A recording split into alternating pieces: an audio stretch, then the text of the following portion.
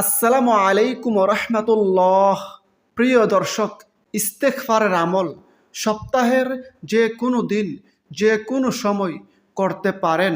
তবে এই রবিউল আউয়াল মাসের আজ সোমবার দিনে বা রাতে যে কোনো সময় ইস্তেগফার ও তাওবার দোয়াটি অন্তত ৭০ বার পড়ুন।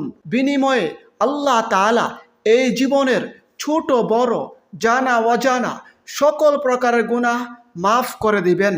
আপনার প্রতি সন্তুষ্ট হয়ে যাবেন। আল্লাহ তাআলা আপনার দুশ্চিন্তা পেরেশানি দূর করে দিবেন। বিপদ মুসিবত থেকে মুক্তি পাবেন। গায়েবীভাবে আল্লাহ তাআলা আপনাকে সাহায্য করবেন ইনশাআল্লাহ। দর্শক, আজকের এই ভিডিওতে আমরা খুবই গুরুত্বপূর্ণ ফজিলতপূর্ণ 3টি দোয়ার আমল সম্পর্কে আলোচনা করব। সুতরাং গুরুত্বপূর্ণ ভিডিওটি না টেনে সম্পূর্ণ দেখুন এবং উপকারী মনে হলে অবশ্যই প্রিয়জনের কাছে বেশি পরিমাণে শেয়ার করুন। আমাদের চ্যানেলের নতুন দর্শক হলে অবশ্যই চ্যানেলটি সাবস্ক্রাইব করে পাশের বেল আইকনটি অল নোটিফিকেশন করে রাখুন, যেন পরবর্তী ভিডিওগুলো সহজেই পেয়ে যান। দর্শক, ইস্তেগফারের আমল সপ্তাহের যে কোনো দিন যে কোনো সময় করতে পারেন। তবে আজ সোমবার দিনে বা রাতে যে কোনো সময় বিশেষ গুরুত্বের সঙ্গে ইস্তেগফারের এই দোয়াটি অন্তত ৭০ বার পড়ুন। আল্লাহ তাআলা ওয়াদা করে বলেছেন, এই জীবনের ছোট বড় জানা অজানা সকল প্রকারের গুনাহ মাফ করে দিবেন। আল্লাহ তাআলা পবিত্র কুরআনে বলেন, আর যে ব্যক্তি মন্দ কাজ করবে কিংবা নিজের প্রতি জুলুম করবে তারপর আল্লাহর কাছে ক্ষমা চাইবে, সে ব্যক্তি আল্লাহকে পাবে ক্ষমাশীল ও পরম দয়ালু। পবিত্র কুরআনে আল্লাহ তাআলা আরও বলেন, আর তোমরা আল্লাহর কাছে ক্ষমা চাও, নিশ্চয়ই আল্লাহ ক্ষমাশীল। সূরা বাকারা আয়াত ১৯৯।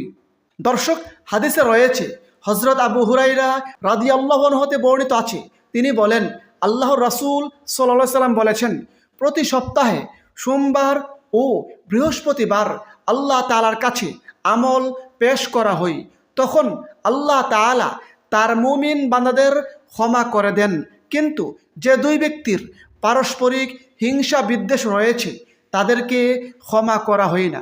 হাদিসটি মুসলিম শরীফে তিরমিজি শরীফে বর্ণিত হয়েছে। অপর হাদিসে প্রিয় নবী বলেন, প্রত্যেক সোমবার এবং বৃহস্পতিবার জান্নাতের দরজাসমূহ খুলে দেওয়া হয়। এরপর এমন সব বান্দাকে ক্ষমা করে দেওয়া হয় যারা আল্লাহর সঙ্গে অংশীদার স্থাপন করে না। হাদিসটি মুসলিম শরীফে বর্ণিত হয়েছে। হাদিস নম্বর ৬৪৩৮।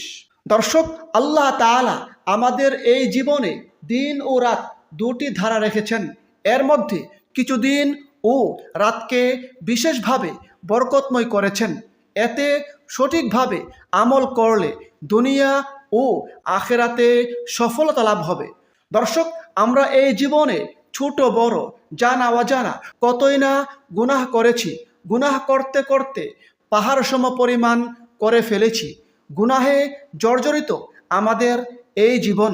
তারপরও যদি আমরা আল্লাহ তাআলার কাছে মন থেকে ইস্তেগফার করি, ক্ষমা প্রার্থনা করি, তাহলে অবশ্যই আল্লাহ তাআলা আমাদের জীবনের ছোট বড় জানা অজানা সকল প্রকারের গুনাহ মাফ করে দিবেন।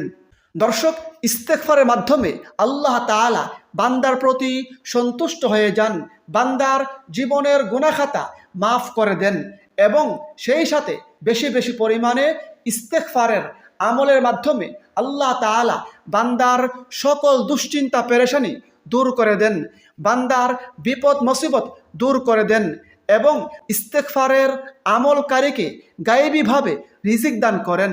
এ প্রসঙ্গে আবু দাউদ শরীফের একটি হাদিসে প্রিয় নবী বলেন, যে ব্যক্তি নিয়মিত বেশি বেশি পরিমাণে ইস্তেগফার করবে তথা ইস্তেগফারের আমল করবে, আল্লাহ তাআলা তার সকল দুশ্চিন্তা পেরেশানি দূর করে দিবেন। আল্লাহ তাআলা তার সকল বিপদ আপদ দূর করে দিবেন এবং আল্লাহ তাআলা তাকে এমন উৎস থেকে গায়েবীভাবে রিজিক দান করবেন যা সে কল্পনাও করতে পারবে না। সুবহানাল্লাহ। আবু দাউদ শরীফ হাদিস নম্বর 1518।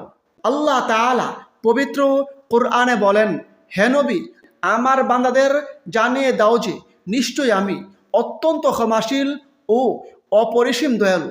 সূরা হিজর আয়াত 49। দর্শক, ভিডিওর শুরুতে বলেছিলাম আজকের এই ভিডিওতে আমি আপনাদেরকে গুরুত্বপূর্ণ ফজিলতপূর্ণ 3টি দোয়া বাংলা উচ্চারণ সহ শিখিয়ে দিব। সেই দোয়াগুলোর মধ্যে 1 নম্বর হচ্ছে ইস্তেগফারের দোয়া, আর সেই দোয়াটি হচ্ছে আস্তাগফিরুল্লাহ আল্লাযী লা ইলাহা ইল্লা হুয়াল হাইয়ুল কাইয়্যুম ওয়া আতুবু ইলাইহি। অর্থ, আমি আল্লাহর কাছে ক্ষমা চাই, তিনি ছাড়া প্রকৃতপক্ষে কোনো মাবুদ নেই, তিনি চিরঞ্জীব, চিরস্থায়ী এবং তার কাছে তাওবা করি। দর্শক, এই দুয়ার ফজিলত প্রসঙ্গে হাদিসে রয়েছে, প্রিয় নবী বলেন, যে ব্যক্তি এই দুয়ার মাধ্যমে আল্লাহ তাআলার কাছে ইস্তেগফার করবে, ক্ষমা প্রার্থনা করবে, আল্লাহ তাআলা তাকে ক্ষমা করে দিবেন, যদিও সে ব্যক্তি যুদ্ধক্ষেত্র থেকে পলায়নকারীও হই। সুবহানাল্লাহ। হাদিসটি আবু দাউদ শরীফে বর্ণিত হয়েছে, হাদিস নম্বর 1517।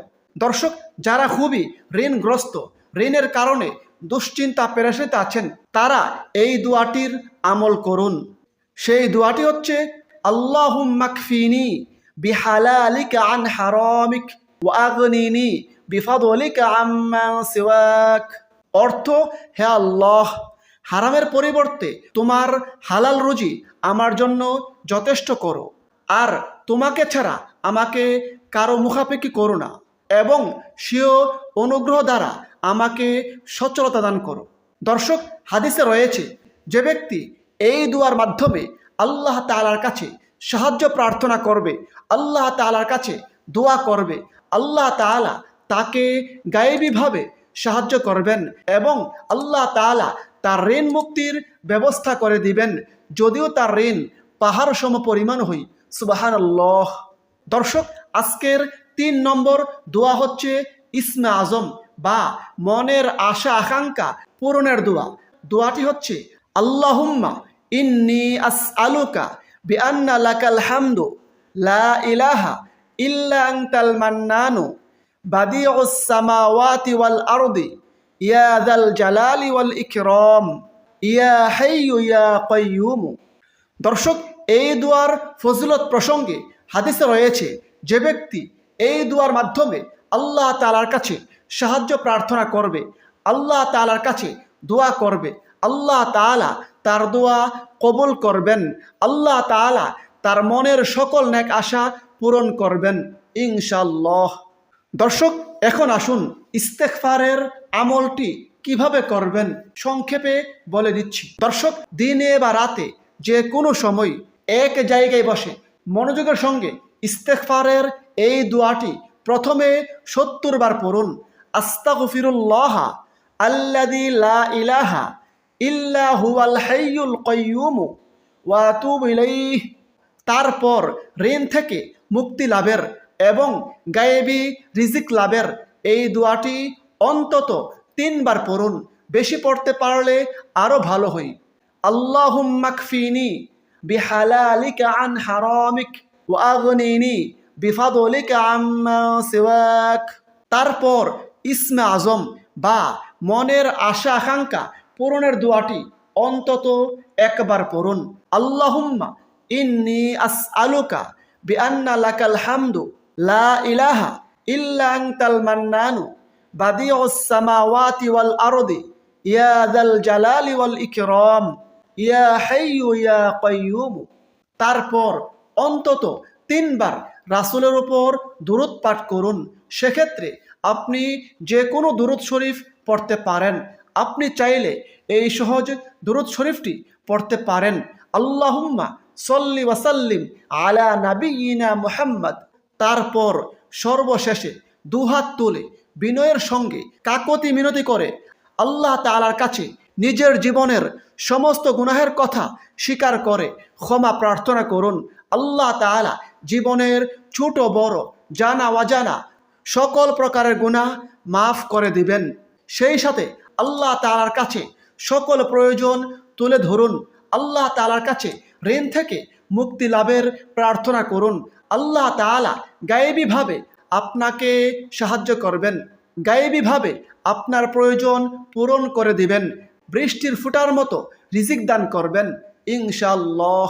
মহান আল্লাহ তাআলা আমাদের সকলকে আমলগুলো করার তৌফিক দান করুন। আমিন। আসসালামু আলাইকুম ওয়া রাহমাতুল্লাহ।